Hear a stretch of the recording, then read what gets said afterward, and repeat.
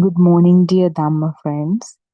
Good morning, our noble friend Kalyana Mitra Aryan Mahansa, Teruvan Saranai. Today, I thought I'll expand on what we've been talking about for the past couple of days. Let's dig deeper into what ego means. In a very general sense, ego means the pride or an inferiority complex. But according to all the sermons we've been listening, now we know what ego means is any thought or a collection of thoughts that kinds of create a border to identify this false self, identify yourself, I or myself. It runs very deeper. It's not um, you cannot explain it in a couple of sentences or few thoughts. We can go back to the very beginning where you were introduced to color. So you were introduced to color, you were introduced to your parents as a kid, and you took this thought, you took on this thought, or if that is my mother, if that is my father, if that is my bag, or whatever it is, then there should be someone called I that exists behind the scene, behind the screens.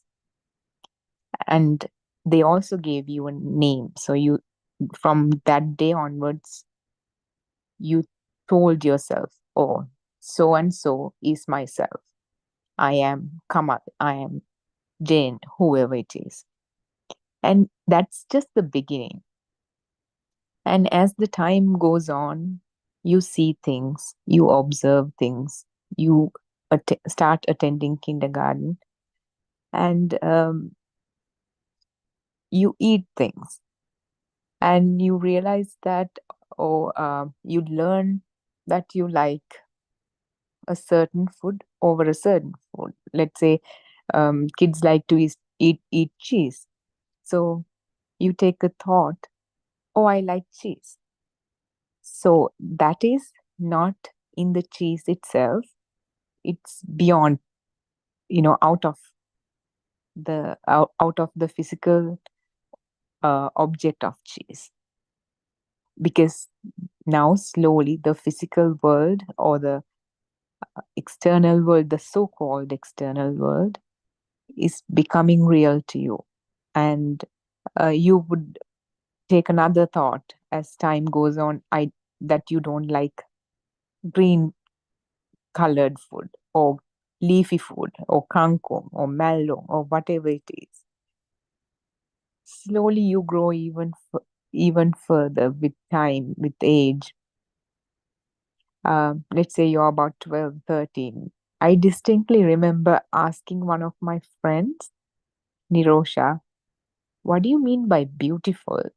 How do we know if someone is beautiful? So she explained to me, look at that girl. Like, we were in the school and there were a lot of girls around us. I went to an only girls' school. So she would point at one of the girls and say, look how she has a long nose.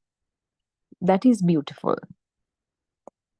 Then I would take a thought. Now, when I turn back and trying to understand where all these things came into existence, I realized, oh, that's where I started taking thoughts like that. And she would point at another girl and say, see how she has long hair and that's not too thin.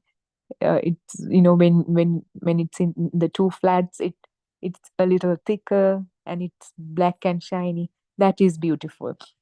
So this Nirosha, this project of teaching me what beauty went on for days, and I slowly learned what beauty means. So, meaning I took thoughts, I created thoughts, I replicated those thoughts given to me by Nirosha, and I just didn't stop there. My mind, that is how I have to talk about this whole thing. So I created uh, thoughts to myself saying, oh, this is beautiful. This kind of thing is beautiful. This kind of complexion is beautiful. This kind of hair is beautiful. This kind of eyes are beautiful. All thoughts, because when you look at those pictures, when you when you think about them now, they were just a bunch of pictures, bunch of colors, arranged in different orders.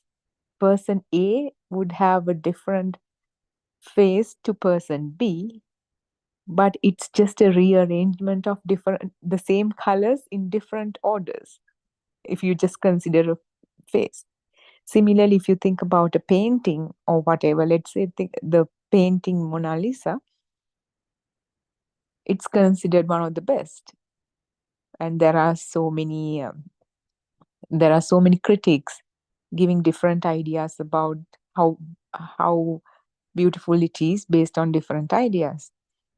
If another painter paints another painting, totally different painting, using the same bunch of colors as the ones in Mona Lisa, uh, nobody would call the second painting beautiful.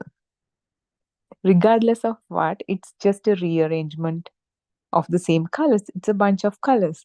So these are all mental images that were not in the picture. Similarly, as the kid grows, and it just doesn't end there, then you take on thoughts about what's good, what's bad.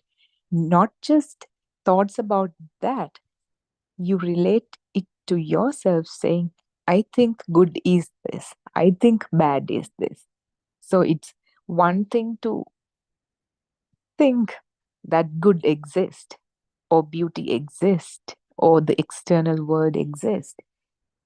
It is another thing, it goes another step further when you think not only the beauty exists or the external things exist, I see them, I don't like them, I like them. This is interesting to me. This is not interesting. I'm a person who likes this kind of stuff. I'm a person who likes chicken. I'm a person who likes um, leftist government. I'm a person who likes Marx readings. Whatever it is, the, all kinds of thoughts that create yourself, that creates the border of yourself. Not just they exist to you. So that is how yourself, this pseudo self, false self, is created. Just like when you buy a piece of land, for its protection, you put up a fence around it before going for any construction. The same way, we have created these thoughts to protect ourselves and create ourselves. And they are just a bunch of thoughts. They do not exist. And it only comes, and even though you think, oh, I'm like this, I'm like that, um, they only come into existence when you think about them only. And with time, you're being influenced by each and every person you meet along the way and the words spoken to you by them. And these thoughts are shaped, formed, and shaped. And that is the same thing that happens when you meet a Kalyana Mitra, a noble friend. Now, instead of these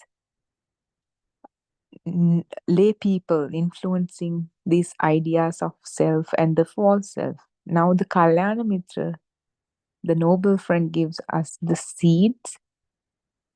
These seeds are planted, and these planted seeds are working against the thoughts created before this moment, and they work against those thoughts that was created before, putting you making you swim against the flow. putting you towards the Padisotapana path. So that is what I wanted to share today. If Arana Hansa is joined us, we can proceed with today's sermon. Peruan Saranaya Arana Hansa. Peruan Saranai, Miss Harshi. I think it's a very valuable and very interesting speech. Thank you. uh, Peruan Saranaya. all of you. I think today our doctor is also joined, and also Miss Lalana and Miss Dilrukshi, and some more, and also Miss Harshi as well. Some valuable contributors for our Dhamma session. So today, until Aran Mahanse joined, actually, we can continue kind of Dhamma discussion, what we experience and how we see this Dhamma. So I will commence myself and you all also can add. So I think as I understand, it is very important to realize this Yathabhuta Jnana. So what is Yathabhuta Jnana or that Satya Jnana? So that's very important because Satya Jnana means nothing else, that is the true Dhamma. So true Dhamma means seeing the creation of mind, seeing how the mind is formed. So anybody who understand Yathabhuta or how Yathabhuta means Sambhuta. So what is the meaning of Sambhuta? Sambhuta means something which occur in this moment. So most of the time we forget this moment factor. So it is only a moment we live. So we are trying to understand this. So everything occur this moment. So your eye occur this moment. And your nose occur this moment. And your body, that sensor, that touch feel occur this moment. So it is not any existing sensor we are talking in this Dhamma forum. So it is the sensors creating in this moment. So everything occur this moment. And the world creates this moment. So we understand that world is the mind. That mind is the thought. So we live in thought because there is no any other way that we can experience this outside world in this system. So we need to understand we have kind of restrictions or limitations in this particular sensor system. So this human body is a sensor system. That sensor system, once exposed to vibration, it will continue to spark. So it will continue to spark. So then sensors spark, and what happens? Various feel comes. So that feel is quite a natural thing. So that feel means nothing else. We understand that is what we feel. I mean, when somebody say child, so we get some feel. So if I have a small child, so I would get that child feel. But if there is some older person in the Dhamma audience, that person might get a feel of his own child, but that would be maybe some 40 years, 50 years child. So that's possible. So what does this mean? The meaning is this particular field is something that we need to understand because the secret is here. Because all the time we get trapped by this field, this alive field. So most of the time we incorrectly take this alive field as the soul. So that's very important. So that alive field, so we need to understand how this alive field comes. So it is very natural. So at every moment, the sensor creates, and the sensor spark or that sensoring itself will generate some sensor pleasures, kind of energy, and that feel comes. So that feel derived as the mind. So that feel is the mind. So there is nothing else. So I get a different feel, but you get something different. So for example, when I say child, so the child which I experience in my mind world, it's something which is generated from my mind. But in your case, that experience would be different. So therefore, we need to understand we live in the mind world, but this particular field is so powerful. This is the problem. This particular field is so powerful. So to understand why this existing field which I'm experiencing right now is so powerful, because due to that powerful feeling, I always trap that I feel that outside exists. So I believe that outside exists, and this feel is something which I experience, this something which I feel. But that's not the case. So therefore, to understand what the feel, why this alive feel, or why this particular consciousness is so powerful, we need to go to that child, the newborn child who has radiant mind. So we understand that radiant mind is pure. There's no any defilements. Then slowly we understand things introduced to that system. So giving a sound, showing something, and then giving a sound. So all the universal things form in the same technique. So it is the same technique. It's not done by anybody. It's automatically happen. So when your mother say, this is book, so that is the day the book is formed as kind of a perception in this particular system. So even though we use the term perceptions, there's nothing called perception either. So we need to understand it's the vibration. So it's the vibration. So when mother shows a tree, for example, let's say a coconut tree, so how that particular child understand later on whether it is a coconut tree or is a mango tree is a very scientific thing. So that we need to understand. So I'm sure you have this understand very well, but for the benefit of entire community, I think we need to clarify this to the world. So we need to bring this message to the world. So this scientific process where Rupantiko also Rupa.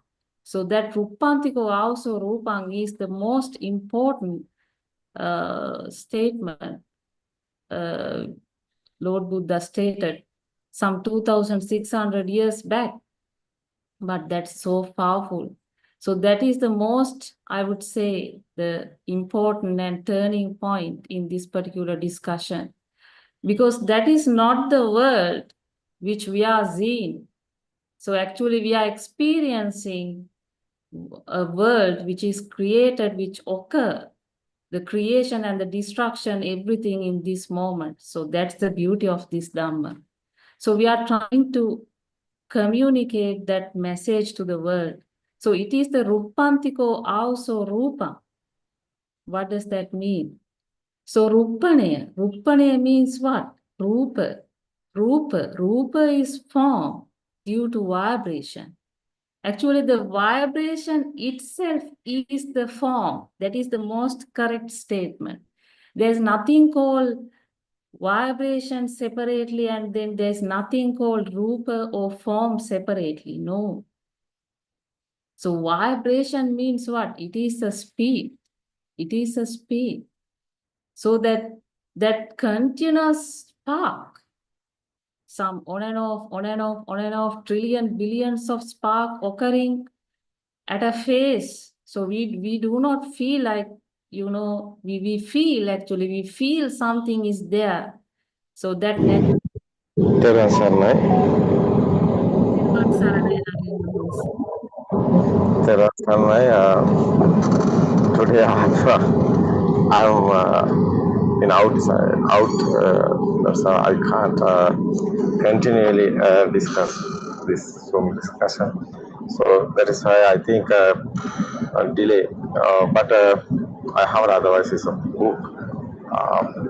So I think everybody won't join this discussion, and everybody together the discussion is very well, I think, because not easy this uh, explanation, because it's a true dharma is a not a not a our life, no, it's not a syllabus or anything. So we practically we have experience what we are doing. So it's our life. No, Crave is not a book, right? Yeah, Crave is a word. We are writing a book, but Crave our actually is a reality is a Crave is our feel. No, it's our experience. So that's the difference. Otherwise, it's a Dvesha is a we are talking about as a ill will, hatred. Raga is attachment. So these are feelings. So this raga desha we are talking about, and this unattachments won't be fading. So we won't understand. Otherwise, we have experience. We can discussion is doing. It's very well. I think Buddha also told this. So Sangayana. What's the meaning is Sangayana? It's a discussion. It's very well. I think is this Dhamma want to be open this world. What is the true? What is the truth is here? What's happened is here? That's very worth, I think. So okay, everybody come and join and discussions very well. So Harsha, are you there? Uh, Yeah, Sarah Aryan. Harsha? I'm here, Yes, Kirwan okay. sir. I think everybody want together discussion and this Dham, how is the feel, how is the, yesterday also finally we are doing discussions. So not enough for that. I think everybody have ideas for this. So Dr. Rajit and the others, everybody I think come today. It's US day today. So okay, Teran sir, right, everybody continue this discussions very well. Teran sir. Thiruvan Saranayana, sir. So friends, I think this Rupantiko also Rupa. That is the most important factor, I think, which we can discuss today. And also the Salayatana Loko.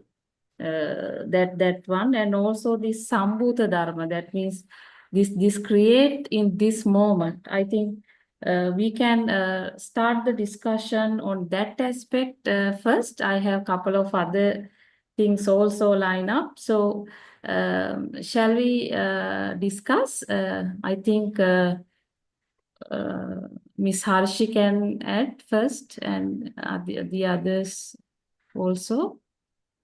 Yeah, so yeah, we'll start like that, and all of us can take turns giving our opinion about this, or how we not just the opinion, but how what we have realized about it.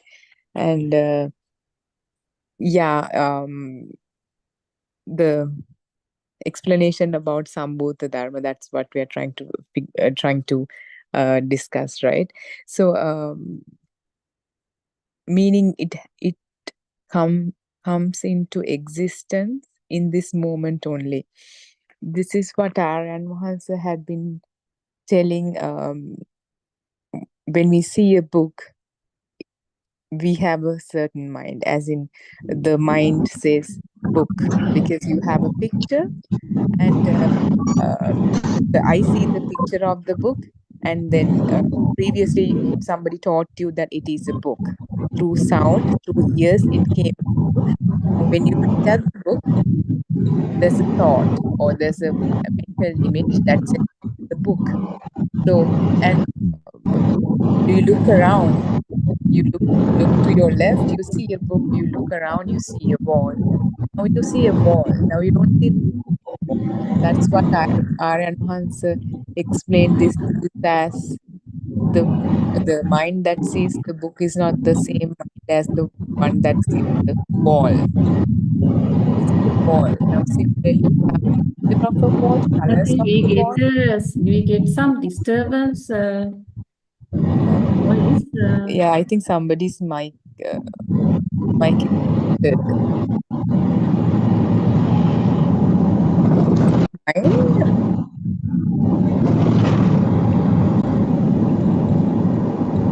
I Can think, s- yeah, okay. Oh, okay. So please continue. Yeah, that's true. Yeah. yeah, and then you look at something else. You look at a window and now you see a window. Now you have a picture of a window and the sound window.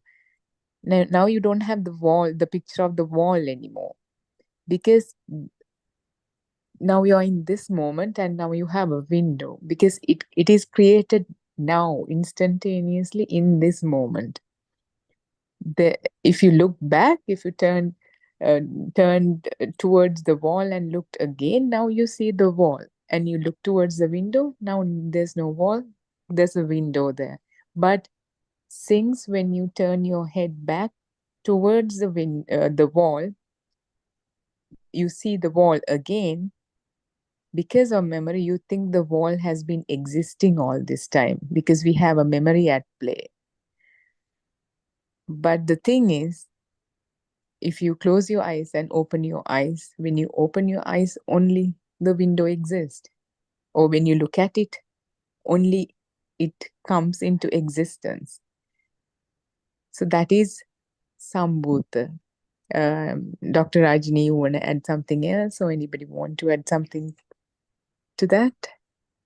I think that is very important. I think that Miss Harshi highlighted that the mind we see the wall will not see the picture. So that's really correct. So that shows how impermanent the mind is. So it is not the existing mind we are talking, and it occur disappear. So that's very important. I think that particular highlight, and um, so we can elaborate much more on that. What about self or Atma? Maybe some other can contribute to this discussion. Uh, this self or Atma is also a sambhuta or something occur this moment. And so if we can expand the discussion on that aspect, can somebody join? Yes, am I speaking to Ms. Randima, right? Yeah, yes, Mr. Uh, yeah. So, I heard what you were telling in the last previous discussion. At the beginning, I heard that you were telling about that kind of a feel. Everything start with this feel, right? So Yeah, the feel in other that particular feel makes you feel that you are alive, exactly. Yeah. right? So there is the catch, I think. The if I tell the scientific aspect of it, so it's just because of a vibration. Vibration has not been created by anyone or anything. So it has been automatically created. So once it has been created, the electric power, the polarity, some kind of a polarity occurs in it. So that polarity makes some kind of an electric current in it. So that is the scientific part. That Mhm. current itself makes us feel that we are alive. Am I correct? Yes, yes, Yes, very yes. true. Yeah. So that if you take that feel, if you take, it's me, right? So I'm a living being. So that is the point to create the Atma, Mm, right? yes. That is the point you create your soul. I think that is my understanding. So if we, so if you tell about the present moment, so as Mrs. Harshi was clearly said, uh, the present moment itself is a time, the moment. It may be a moment like a billionth of a second. So where the telepathy occurs. Mm, yeah, yeah. Yeah. So as soon as a telepathy occurs or a resonant occur, you feel there's something. There's something. So if I tell the word you is not correct, you feel there's something. So when you look at some, you if you turn your head to a tree, the telepathy occurs. So you feel another thing. So that happens in a billions of seconds, I think. So that is the kshane, I think, the moment. It is a very minute fraction of a second, I think, Ye- right? I think So it's a very Yes. valuable explanation. Mr. Ravi, can you please elaborate on that resonance? I think you are explaining it very nice. That uh, telepathy thing, yeah. yeah, I think so. To my understanding, is like this. So nowadays, in 2023, the Nobel Prize also given for that thing, right? It is kind of a in that atomic level I can explain it in that atomic level. So I referred to some videos which has been but that have been published recent past. So the scientists say uh, two molecules or whatever the particles, so we'll say that is the minute particle that can present in this world, in the not no, in this universe. So if they mm, move them apart even a long distance, so even light can't uh, pass in between. If one turn one vibration occur in one particle, they discovered that the other particle mm, uh, take the opposite direction. I mean, if it moves upwards, the other particle moves downwards. So that is the Nobel Prize winning uh, thing which has been discovered in the laboratory in 2023. Mhm. So that is kind of a resonance. That is Yeah. kind of a telepathy. So they say, likewise, the Arana say usually try to explain it using two tuning forks. So so if one tuning fork is kept outside the laboratory, if one is inside the laboratory, if we trigger one tuning fork, the same tuning forks were present outside the laboratory is also gets vibrated. So that is the telepathy thing. That is the resonance. So if so that is the telepathy. So likewise, what we see, the the the same thing happens when we see something. Same thing happens when we hear something. Same thing happens when we feel something. That feel per se is a telepathy.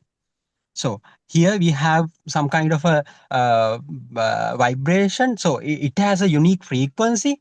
So if that frequency tally with some other frequency, it will be the same. So they start to resonate each other. So Yeah.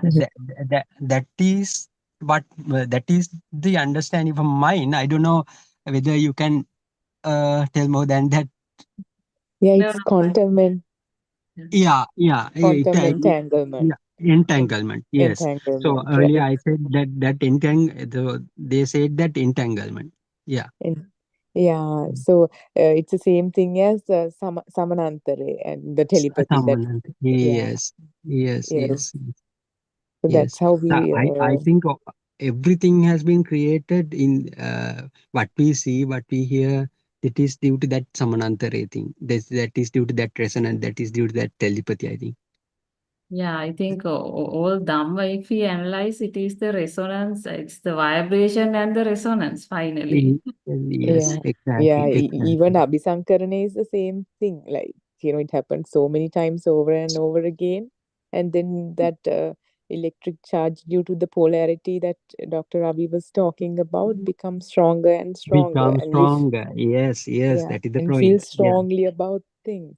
yes, exactly, exactly. Yeah, I exactly. think So, it's a very valuable thing came out from you both. yeah, yeah. So if we talk about that further, I think that vibration, what we are talking at the sensor level, is a isolated kind of a vibration, and this forming of mind by we say sampaticca or some coming together of whatever the old vibration form or into the system which coming together and which generates that alive feel, and that mind consciousness is completely a different vibration. Actually there's no change, as I understand what as Mr. Ravi explained. There is no similarity. I mean, even though there's the resonance principle were actually speaking, these two mismatch.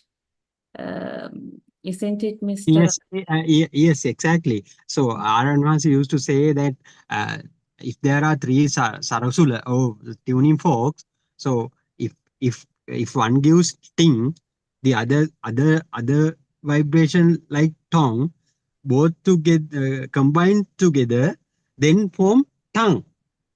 So Yeah, that it's, is it, right? yes, it's, That is it. Yes. That it is not the previous vibration. It is a completely different vibration, right? yeah, di- in this particular case, it's five different waves coming together, and it's interference uh, coming together, like Randima was explaining. Randima, right? Yes, yes. Yes, was explaining. They come together and create a whole different form of a wave that has the same, I mean, similar properties to the original ones, but it's different to the original one too. That is the mind that has the properties of the sound also. Like, when we think in terms of words. Words are nothing but sound signals, sanya, but it doesn't have sound. That's what Yes, he says. Sabda sanya mein sabda naik. That's what Arvind says. There's no sound yes, in the yes. signal of sound. Yeah, So like same yeah, same way. So the generated newly formed vibration cannot be revert back to the previous thing also. So also that yes. yeah, that is why he says when you make butter from the milk, so you can't reconvert it into Into butter. the milk. Uh, Yeah. Yeah, into sorry, into Into milk. milk. Yeah, right. Yes. So that is the same point he was keep on telling and telling. Yes. That's very interesting.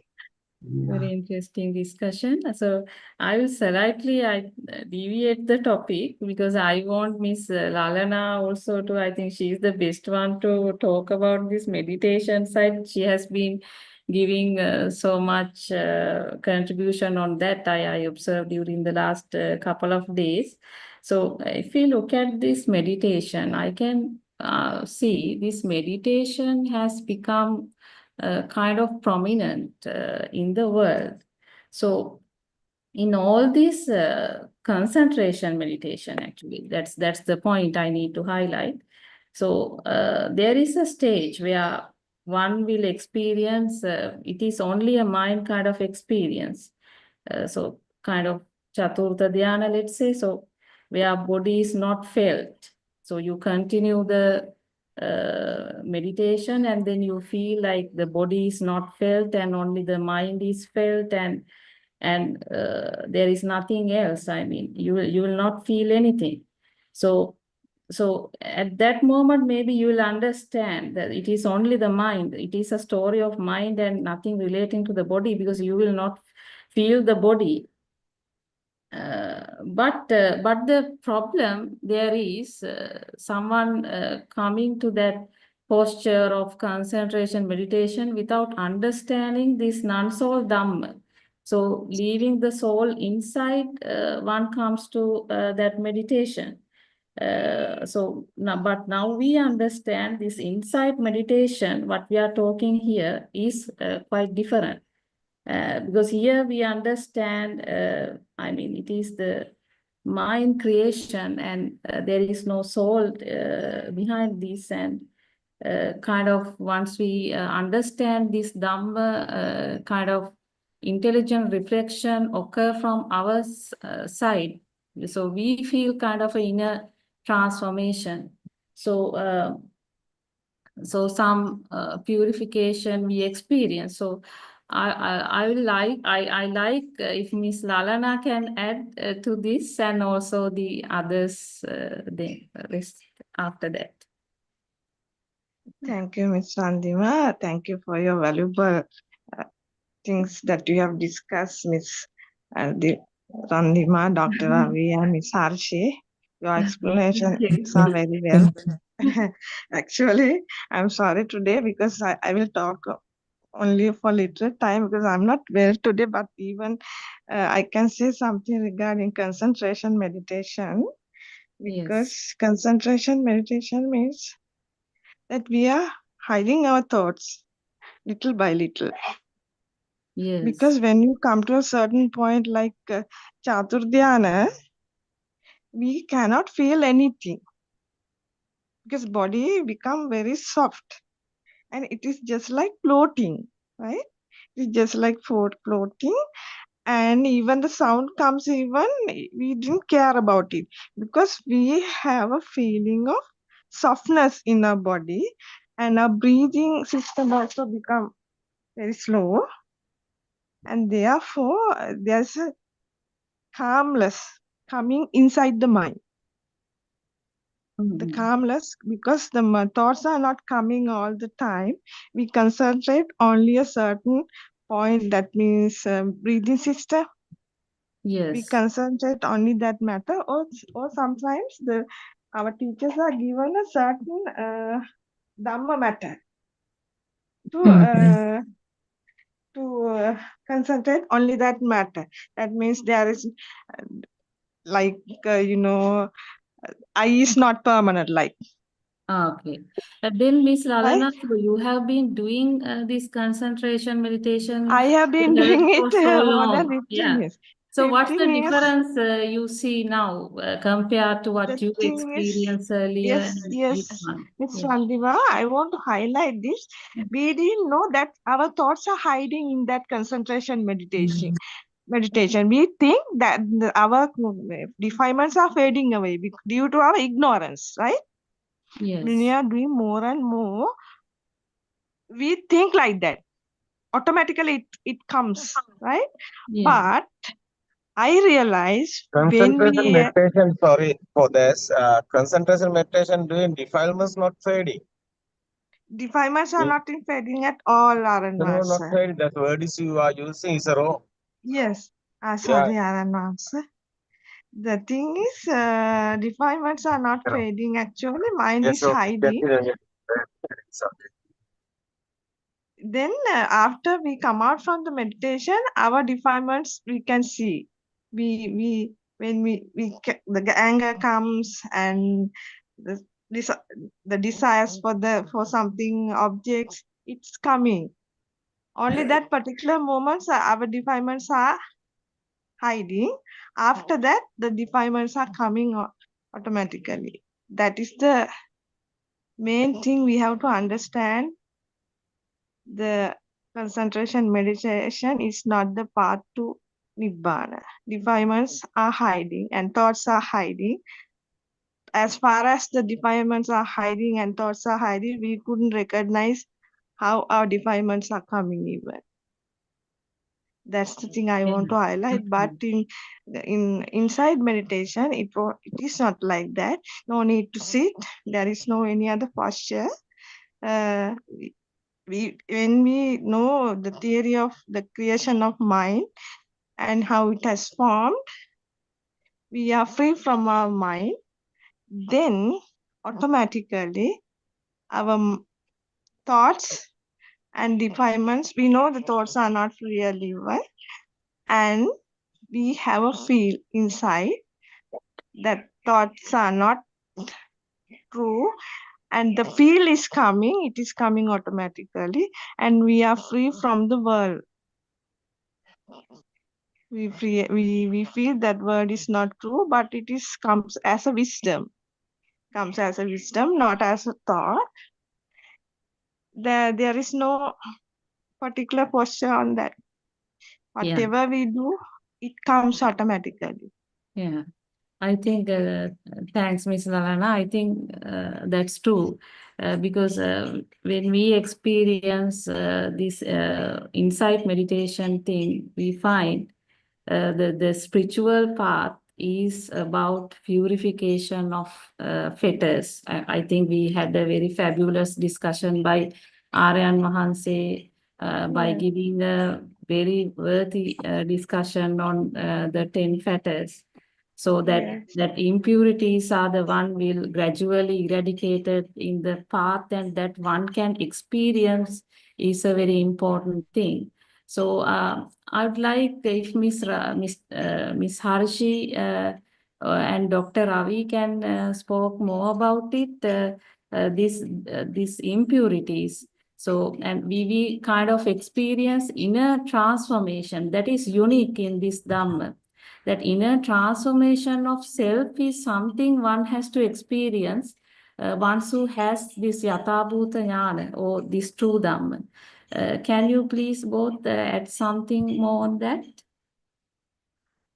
Yeah, so it's like Lalana mentioned in the um, what is that? I'm sorry, what is that kind of meditation? Samatha Bhavana is called.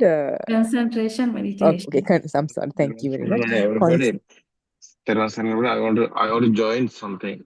This explaining learners because there's a soul. Is the case. It's a concentration meditation. Is a not an unsouled Dhamma. There is a soul. So because Sakkaya Ditthi not uh, is over. Sakkaya Ditthi is there. That's Nigantas is doing. The five teachers also doing not a fading defilements.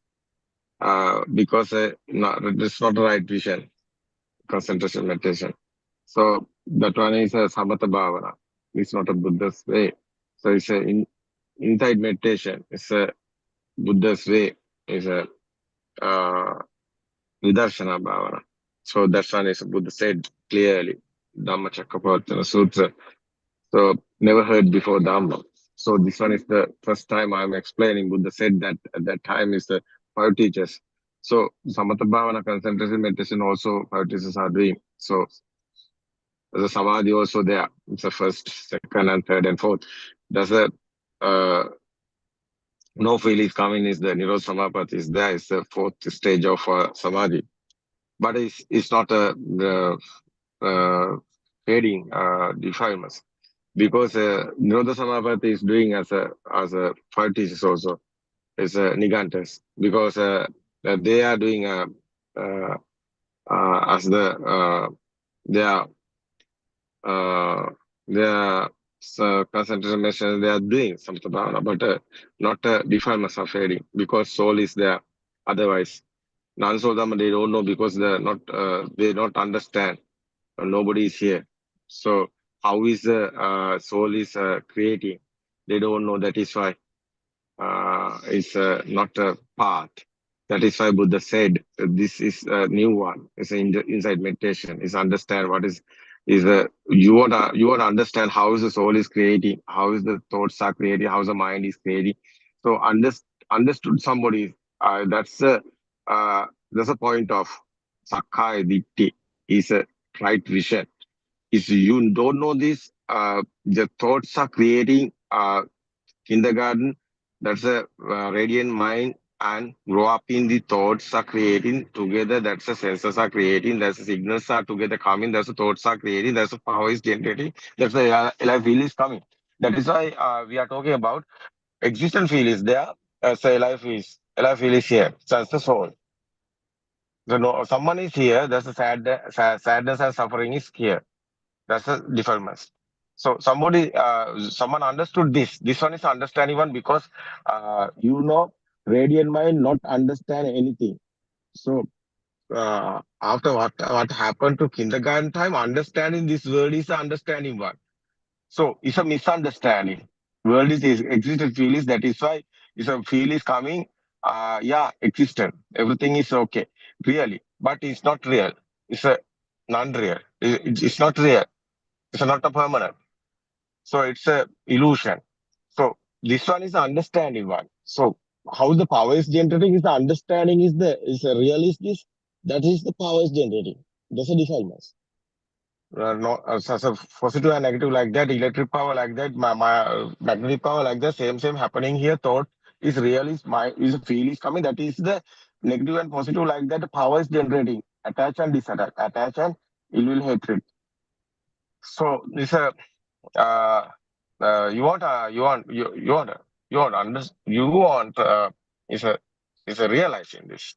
You can experience this. Otherwise, it's a special one. That is why it's a concentration meditation. Is how is not uh, it's a real part. It's not end in the defilements. That is not end in the craving. That is why. I think. Uh, do you understood what I tried to explain? Is Harsha, what do you think about others? I think it's a good discuss here the point of this. Uh, Yes, so okay, Arana. Terence. Yeah, that's a great explanation. That really makes sense. It's just like how you said, when you see the magic, it's not going to be a magic anymore. You know how the magic is done. It's not going to be a magic anymore. Just like that, you understand how the mind is formed. Starting from yellow to all the complex thoughts. Uh, there's no that it's not real, and then this alive feeling is slowly fading away, and every time you're present, there's a thought arise, or there's clinging happening, defilements are happening. You're present and you see it for what it is, and you realize that it's just the thought. There's no you. It's just part of the system, that the charge, electric charge, is slowly fading away, and you can you can see it for yourself. Last week, when this kind of thought came to me, I got upset. Now today, this time, I'm getting the same thought. It doesn't do anything to me anymore. So it's self-evident to you that slowly it's fading away. And yeah, thank you very much, Arya and Mahansa. It really helped us with the discussion, uh, to fill that gap that we were trying to explain. Anyone want to add anything, Dr. Ravi? Yes, Archie. So I don't know how this concentration and meditation is done because I have no any experience. I have no any experience on that. But what I think, when you do a concentration meditation, what you initially do is just suppress your these what you call senses. Just keep suppressing your senses, focusing on one single sensor or two. I mean, if you keep concentration on your tip of the nose, so you just suppress the rest of the other senses. So initially, what you do is you are forcefully doing it. So once you get rid of this kind of a samadhi, when you awake from that samadhi, again those other five senses start to work. Then it will create your mind. So that I think that is in the initial stages of concentration meditation. I think even we do continuous this anapanasati bhavana for longer period. I don't know whether it is going to change in the latter stages. I mean, in other samadhis, but initial stages, what we used to do is the anapanasati bhavana. So after uh, after you waking up from that bhavana, again your senses uh, start to work as usual.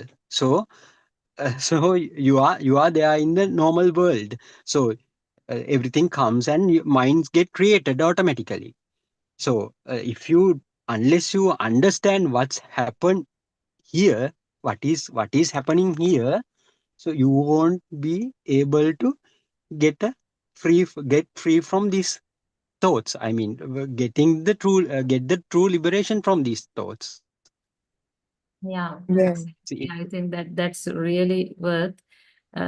As you said, Dr. Ravi, I think the concentration meditation is kind of nimitigata samadhi, some Yeah, sign-oriented exactly. samadhi, tranquility position. But the one which we are discussing under True Dhamma, this particular insight meditation is completely animitta, where we will not find things Yeah, in any whatever the object, we will not find a thing. So that automatically felt to the system. So that become automatically valueless in the system. So that vijnanang anidassana is something one has to experience in this true Dhamma, Nibbana path.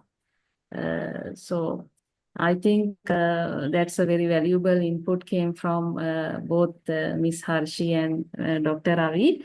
So we have another doctor also, uh, Miss Chandani.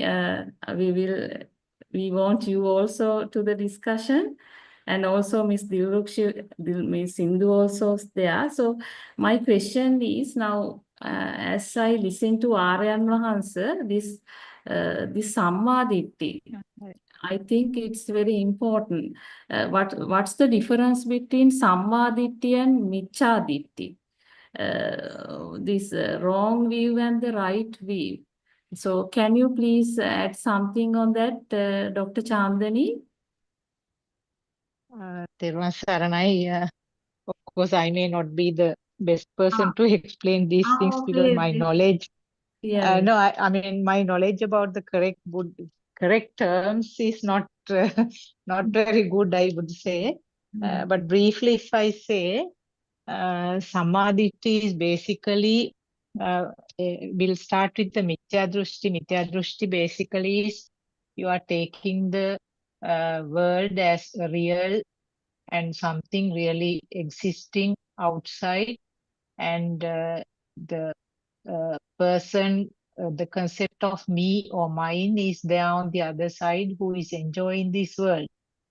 So if you have that concept where outside is really true and real and alive and existing, as long as you have that concept, you are in the Mithya Drushti, and Samadhi means you get the understanding, maybe as a knowledge at the beginning, but later on as a deeper inner conversion or inner understanding, you realize that outside world is created through your senses, and it's limited to the capacity of your own senses, because the different animals and different living beings, humans or other animals, will have uh, different types of sensors. Even the human beings have different differences between their own senses. So we create the world with the help of those senses, and we think that it is the world which is existing outside. So if we get out of that misconception, firstly, as I said, as a knowledge, and then later on with the inner conversion, you realize that it is not true, then you are on the samadhi side. If I give an example, simple example, now if you see a mirage, a small child or an animal, when they see, they will see it as a sensor information through the eye, and see it as a shape with the eye. But the monosensor will give you the conclusion that there is water there. So he has the child or the animal takes it as something really existing there. But when we grow up, the adults will get the same sensor information. That means the eye will give the picture of something which looks like water. The monosensor also will show it like water, but then you have the inner feeling or the understanding that there is no water. So it's that means that you are, when you understand as an inner feeling that it is not the true world. I don't know whether this explanation was satisfactory enough. I'm not an expert in explaining No, Dhamma facts in the discussions. yeah. No, we can understand, Doctor. So that Samma Ditti, I think that is the right vision. What we are trying Yes. to explain, I think. So that is, in other words, the Darshana Jnana or Satya Jnana, Yatha Bhuta Jnana, all this refers to this Samma Ditti. Yes. So I think this without Sammaditi, I don't think one will not able to fade away the Sakkaya Ditti, this Yes, wrong view of exactly. self. Yes. Yeah, That should be the foundation. That should be the strong foundation to build on. That only you I mean, it should be the foundation that the outside world is not true. What you are seeing is something made up by your own senses. I think that knowledge or the understanding or the inner conversion, as an inner conversion, you should have that understanding to start with. yeah. Thank you, Doctor. Okay, welcome. Can Terasa. somebody else also add to that? We have Miss Dilrukshi is here and Miss Indu. Yeah, and we have another doctor also here. Is there anybody who wish to add? Miss Harshi, what do you feel? Yeah, actually, Dr. Chandani's explanation is really good. Um, it's the basis. It's like the Miss first. Harshi, I think you can talk about maybe about that Dhamma Chakshusha, that spiritual eye. I mean, it is, those are just words, but that ability to see through the illusion is something that I think all of us we experience. What I'm trying to explain is uh, one who is in Sammaditthi will not find things to attach in the material world. I'm True. sure we are experiencing this, right? Yeah, So I think. yeah. Yeah, sorry, I disturbed you. Go ahead. No, Harshi, can you please explain on that aspect? I mean, how practically we experience this one? Yeah, This. I think it's like um, I'll try my best. If there's a mistake, anyone can, I mean, please be kind enough to correct me. So I think it's Kalyana Mitra is in the non-vibrational state, and then we are in a vibrational state. That's where it all starts, and we get the message from our noble friend. And there's ever since we heard this, we have a certain level of inquiry that is slowly building within us, that questions, what did he mean by that? What did he mean by this? And whenever you see things, you try to kind of see it through that veil of things, to inquire into the reality of things. Does it really exist? Um, what do you mean by Nama Rupa? Like everything that we heard in Satyanyana, the true Dhamma, we inquire into it and slowly we try to see it within. There's this uh, incessant, continuous inquiry that forms like a small cyclone forming inside of us. That's how I felt it. It's like it's ongoing behind everything we see, behind everything we do, day in and day out. There's this inquiry, like you experience some sort of a charge, a defilement. Then you realize, oh, the world has become true. You have fall for the illusion, and then you show the truth to yourself. These things initially, it's like a forced activity that you do. Like you have to just like how a small generator is ignited by pulling that string. You give that internal push to it, pull to it, to get the machine working, and then it happens on its own. Like you have to have that aradhya veera, at first, give it a little kick, and then it's on its own. Slowly and surely it starts acting on its own, and it tries to see the truth in each and everything that happens to you, each and every thought. um, you might miss thoughts because not all the time the world, you fall for the illusion. Sometimes things are just happening, and they're not that important, and you haven't uh, thought of it as, oh my god, this is happening, this is true. It just goes by. There's no relevance, or sometimes there's not that much importance to it. You don't have that kind of that much of a electric charge, or the force within you. But when some one of the things that I noticed about in my own experience is, how someone says something that we don't like, we have these creases in our forehead. So when that is like an uneasy feeling within you, every time you have creases in your forehead, that's like an uneasy feeling. Even before I could see my um, thoughts, I had a I had a uh, I had an attention on the creases on the forehead, that uneasiness on the forehead. Then I know, oh, I have gone inside the thought, and I'm, engrossed in this thought pattern. Then it automatically occurs that, okay,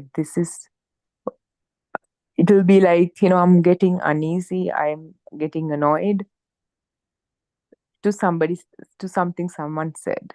And then the truth comes to me. It's like, initially it was just showing the truth forcefully, but now slowly the truth comes. Okay, those were just words didn't have all these ideas that uh, I have formed or inculcated in my mind.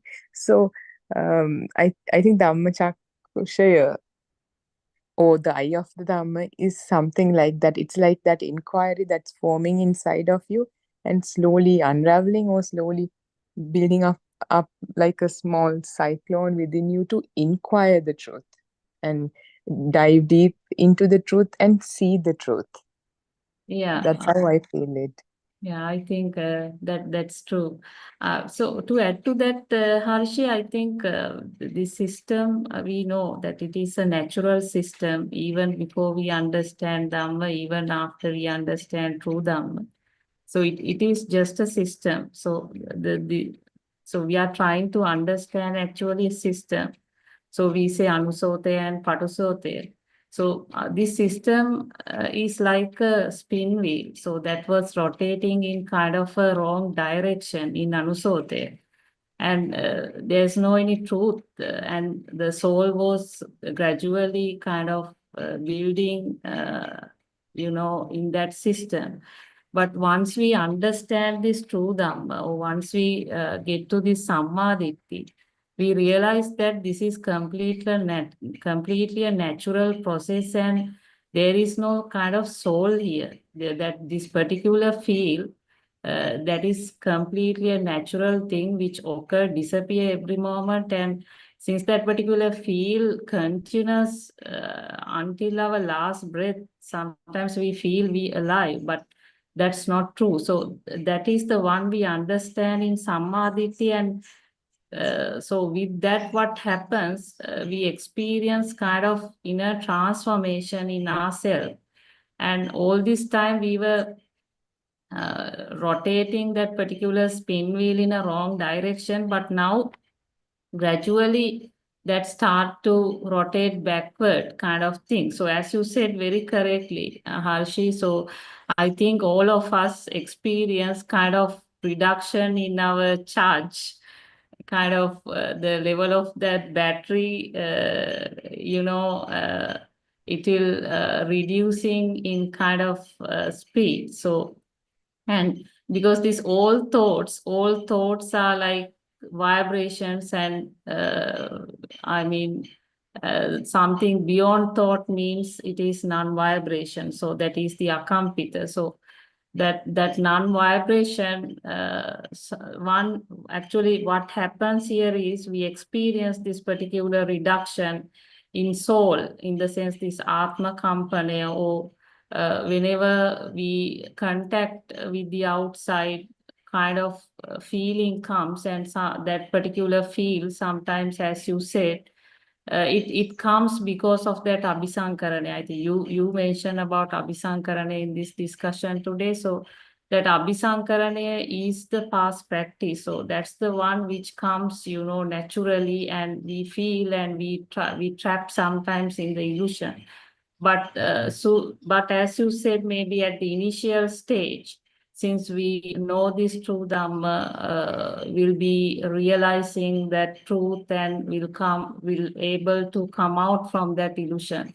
But slowly, over the period, you will experience situations where you are automatically free or liberate from any situation. That means you are not a slave, or you are not trapped inside the thoughts, I think.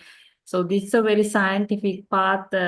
I think before ending the today's session, maybe I think Dr. Ravi can add, I think would Uh, be. Yeah. yes, Randima, as Harshi uh, correctly said, the the the the cyclone inside is kind of a inquiring everything. The cyclone is that the inquiring everything which comes from our senses. So that is kind of a, if I say it in Sinhala, I don't know whether I'm correct, that correct, that is Vimansava, I think. So we should have that Vimansava. So it itself drives us towards this journey, I think, towards the end of this journey. I mean, uh, so we are inquiring inside. Oh, so am I perceiving the what I perceive is the real. So so whatever we do, initially what we do is we compare it with our satya jnana. Then we try to analyze it. We try to analyze it. Then then we realize that no, this is just a thought, right? So likewise, in this pathway, we initially begin with that vitakka, Savitakka, nature of Savitakka. Then we gradually it becomes a part of our life. Then Avitakka, then we without Yeah. any argument uh, we try to Liberate.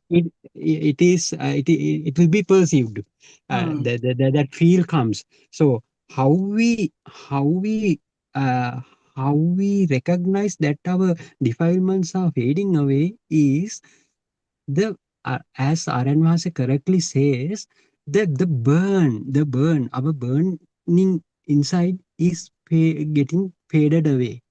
I mean, Mm. so if you have a desire, initially there I had a desire. If I had a desire to eat something, now do I have the same desire at the same level? No, no.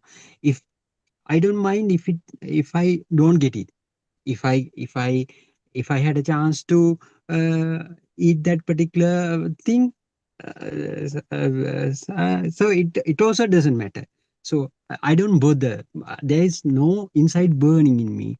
So that is how that is the way how you feel the fading away of your defilement. The way that defilements are faded away is felt by a burn, the fading away the burn. So that is in theoretically, if you see the scientific aspect, the electric charge, the fading away, the feeling that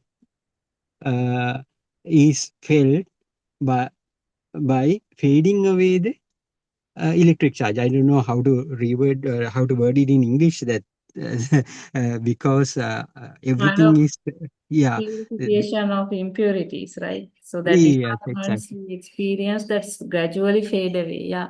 Fade away.